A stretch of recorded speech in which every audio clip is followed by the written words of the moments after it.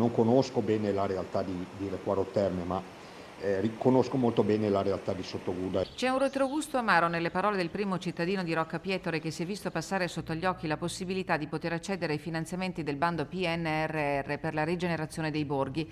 20 milioni sul piatto per contrastare lo spopolamento di luoghi a rischio abbandono, una corsa contro il tempo per presentare i progetti attinenti alle richieste specifiche del bando. Dalla provincia di Belluno si sono subito messi in moto Cibiana di Cadore, Borgo Valbelluna e Roccapietore per Sottoguda.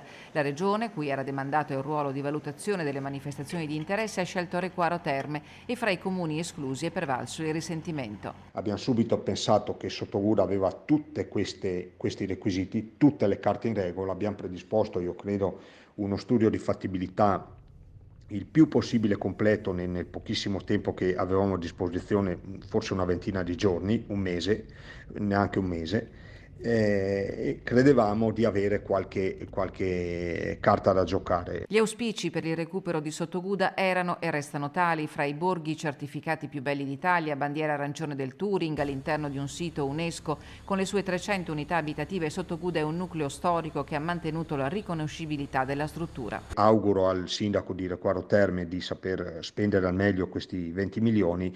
Sono contento che almeno un borgo del Veneto possa averli noi andremo avanti per la nostra strada. E a chi oggi ribatte sostenendo che Roccapietore negli ultimi anni è stato destinatario di fondi straordinari, De Bernardini ricorda che il comune è stato epicentro di Baia e che i finanziamenti sono serviti per la messa in sicurezza di villaggi e strade.